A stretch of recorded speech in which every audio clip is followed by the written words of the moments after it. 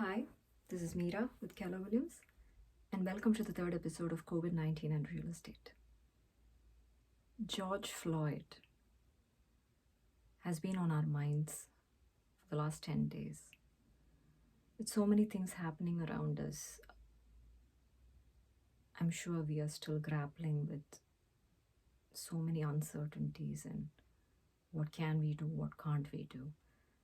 And I'm hoping that moving forward, we all stay strong, we do the right thing, we speak up where necessary, and we make a difference for all the right reasons. I'm hoping you and your family are safe, you're taking care of yourselves, and just being you. I'm really hoping that we move forward in that way, in a positive way. As far as Santa Clara County goes, in the last 2 weeks, there's been 596 active listings, out of which 170 are pending right now, and 23 homes have sold. There hasn't been too much of a change in the number of multiple offers we see in the market. A lot more buyers have come out, and we see that trend moving forward as well. And we also expect a lot more listings coming up, as is evident from the number of actives. There has been a couple of changes as far as sheltering in place with regards to real estate in the last 2 weeks. One is that there's no more a cap on the number of buyers who can visit a property. Now we call them a buyer party, as against only being 2 buyers. And now the additional restriction that has been lifted is kids are allowed as long as they fill out a paid form if they are over a certain age. Apart from that, there are still no open houses. We are taking that very seriously. There are virtual open houses, of course. Vacant and occupied homes can be shown with adequate precautions, which is what we are doing. Safety is being taken really seriously, and we all have to wear gloves, masks, and booties whenever we visit any property, and that includes everyone, including me.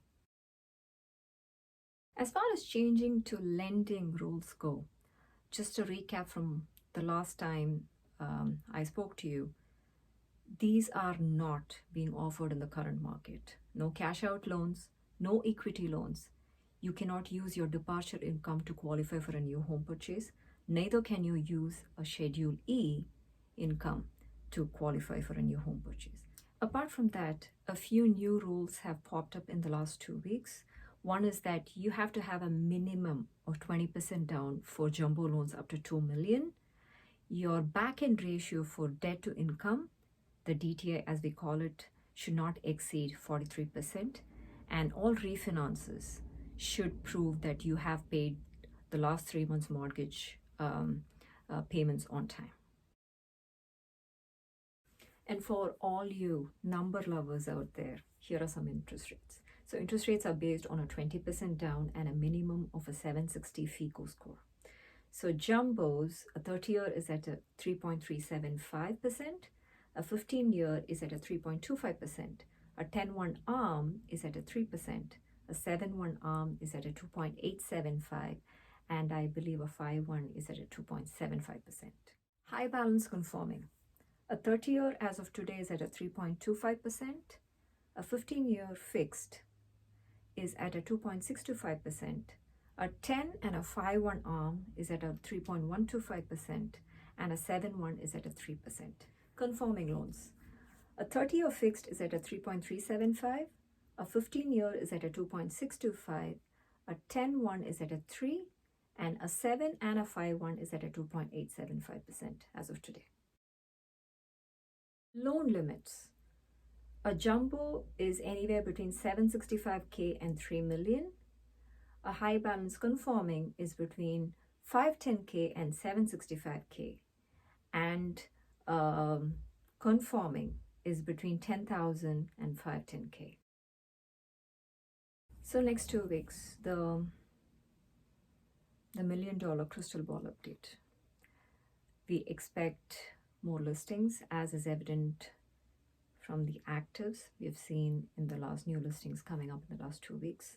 We expect more serious buyers out there now that things are relaxing, but then there are other things which are playing a role right now, and we just have to wait and see how it goes.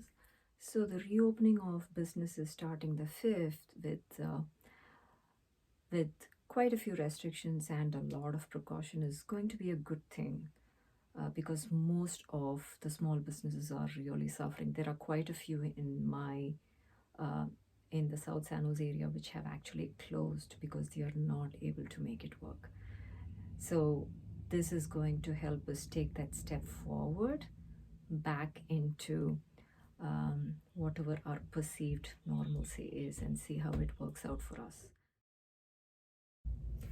And for those of you who have questions about your existing home values and whether it's dropped or it's staying the same, or you are eyeing another neighborhood that you want to get some hyper local stats, as in, only to that neighborhood as against, a zip code. A zip code has different neighborhoods, right? So I can probably send you something with regards to your specific neighborhood.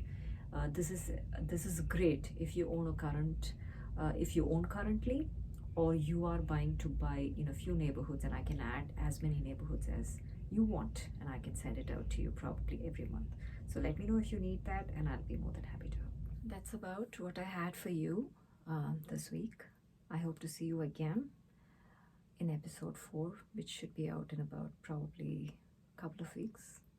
And please stay safe, stay happy, find a space that makes you feel rejuvenated, where you can be yourself and take care of people around you. And I'll see you soon. Thank you.